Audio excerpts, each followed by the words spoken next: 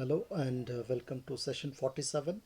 The topic of today's discussion is density gradient centrifuge and ultracentrifuge, and we'll also look into some other types of centrifuge. So in the previous session we have classified the centrifuges depending upon the speed and capacity. So depending upon the speed we have uh, low speed, medium speed and high speed or ultra centrifuges. So today we will see how centrifuges work on the basis of principle. We'll see what are the different types of centrifuges. So we have a preparative centrifuge and an analytical centrifuge. So we have to categorize what is a preparative centrifuge. A preparative centrifuge is a high velocity centrifuge used in the separation of small submicroscopic particles, and analytical centrifuge is a high velocity centrifuge used in the analytical processes. So a preparatory cannot be used in analytical procedures, and analytical is used in analytical procedures. Large sample can be size can be processed. Only small samples less than 1 ml can be processed. Less pure samples can be used. Relatively pure samples have to be used in case of analytical centrifuges. And in preparatory, one can use to determine sedimentation coefficient and molecular weight. And in analytical, a precise sedimentation coefficient and molecular weights are used. The fractions can be collected after the run, and there is no optical readout during the run. Progress can be observed visually. No cooling arrangements are used. High speed generator generates more heat. A cooling arrangement should be used. So several models are used. So this is about the preparative versus the analytical. A preparative is a very crude, we can use for crude preparations. Analytical is used for particular and pure samples. So this is what is a differential centrifuge. So this slide I have taken from Google, and so you can just observe in this tube number 1, you can see uh, objects that are in different sizes and in different colors. So usually this red are large in size, and obviously when they are large in size they have uh, more density. So it is being labeled here. Let me tell you what is a differential centrifuge. So I said you, in a centrifuge, depending upon the speed, we have low speed, medium speed and high speed or ultra centrifuge. Again, while doing centrifuge, we can vary the speed. We can vary the speed. So we can vary, vary, we can vary the speed, like how we do in a mixer, 1 2 3. So similarly in centrifuge you can start from low speed. Same tube we can subject it to low speed, and then to say somewhere around 1000 rpm, and then we can switch it to 3000 rpm, then we can switch it to 6000 rpm, then we can turn the same one for 9000 rpm. So like this, when we vary the speed, the process of centrifugation, we call it as differential centrifuge. What is the advantage of this? Let me tell you. Okay, so in a cell homogenate we have cytoplasm, we have cytoskeleton, we also have whole cell, we also have nuclei, we also have mitochondria and all other cell organelles which are lysed out. So we have a suspension which is containing the cell skeleton, which is containing some whole cells, which is also containing the cell organelles in the cytosol. So when I take this whole cell homogenate, and when I subject it to low speed, what will happen? Let me see. So what will happen when I subject it to some speed of around 3000? What will happen? So in this particular homogenate, cell homogenate, I see one precipitate here at the bottom, and this is suspended. So this is in the suspension. So the precipitate, whatever is at the bottom is sedimented. It is usually it contain cytoskeleton. It contain cytoskeleton, or it may contain the cell wall and the whole cells. All these things may be present in the first sediment. And what is in the suspension? The suspension will contain the supernatant will contain all the cell organelles and other low density compounds. So when we remove the precipitate, all the components or like the cell wall and the cell wall material will be removed. Now we have to subject this supernatant, we have to discard the precipitate, we have to take this supernatant. Supernatant is liquid, the liquid is containing many suspended things. We have to take it into a new tube, and new tube, now I am again subjecting it to somewhat higher speed, say 6000 speed I am subjecting. So now what will happen? Some more compounds that are having lower density than the cell wall material, they are going to settle. So now here the pellet is containing mitochondria, lysosomes and peroxisomes. So these we are getting in the second fraction.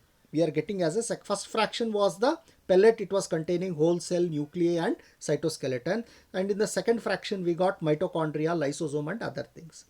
And so this is the pellet which is blue in color. So it is containing mitochondria fraction. So if we want a mitochondria fraction, so we can use this as our sample. Now again we have to subject this for the higher speed, right? We have to take the supernatant in a new tube, and then again I will subject it to some higher speed, say 9000, say 9000. So now again I get a fraction. The fraction will contain microsomes and small vesicles, which we are showing in green in color. So again I am subjecting, so this is the supernatant, still it is containing some particles. So if I want microsomes and small vesicles, they will be present in the pellet here. Even our DNA, RNA will be present here. Now I am taking this and I am subjecting it to very, very high speed like 20k, 20,000 rpm. So everything will get settled, and this fraction will contain viruses, ribosomes and large macromolecules like DNA, RNA and protein. We will get this. So from the same sample, just by subjecting different speeds, we are getting in each and every fraction, we are getting different subcellular component. So this is this technique we call it as an differential centrifugation. I hope it is clear. Right. So centrifugation of blood and its components. This can be done by a small centrifuge in the laboratory. So blood is a liquid tissue, right? It contains liquid that we call it as plasma. So blood has liquid component called as plasma and the cells. So the plasma is around 55% in the blood. So when I take blood, it is very thick. You have to take it, when we spin it, we get three fragments. So we get RBCs, which is 41%, and we get a fraction of WBCs, that is around 4%, and remaining everything is a straw color liquid, that is plasma. So we can, from plasma again we can purify the serum. So this is how we get the, how we can centrifuge the components of the blood. So differential versus density gradient centrifuge. We have again two more approaches. Differential centrifuge. We have already seen differential centrifuge. We have another variant called as density gradient centrifugation. In differential centrifugation is an analytical technique in which we can separate the particles in a mixture depending upon the size of the particle, like in the first fraction we got the cell wall, second fraction we got some organelles like mitochondria, and in the third fraction we got some vesicles and other things. In the fourth fraction we got macromolecules, like that. So all these are decreasing in density, right? So the cell wall material is having high density, it settles fast, we get in the first fraction. The mitochondria and other components, they get settled in the second sediment. So all these are decreasing in density. High density compounds will settle, objects will settle first. Okay, so that is differential. We vary the speed. And density gradient centrifuge is an analytical technique in which we can separate the particles in the analyte mixture based on the density of the particle. Based on the density of the particle. So in density gradient centrifuge, what we do is we prepare a some solution of different percentage, different densities. Like we can use sucrose density gradient to prepare the thing. Yeah, the separation technique, separation based on the size of the analyte or particle. So here separation based on the density of the analyte. So different components will settle in different fractions. Higher density compounds will form one fraction, and lower than this will settle here, lower than this will settle here, lower than this will settle here. So we have to prepare in a single tube, we have to prepare a density gradient. In one fraction you get mitochondria, one fraction we get protein, in one fraction we get ribosome, like that. So we have to prepare a density gradient, maybe of sucrose or any other compound we can prepare. Analyte components used to separate cells or cell organelles, used to separate molecules or large particles. Application for homogenized organ, for homogenized solution. Difficulty, easy to use, it is little bit challenging and difficult to use. Advantages and disadvantages of differential centrifuge. Advantages are this method, however, remains most common method for the isolation of intracellular organelles from tissue homogenate. Disadvantages are poor yield and the fact that preparations obtained are never pure, we get a contamination. So in mitochondrial fraction we may get some other component, we may get some nuclear component or some other component we may get.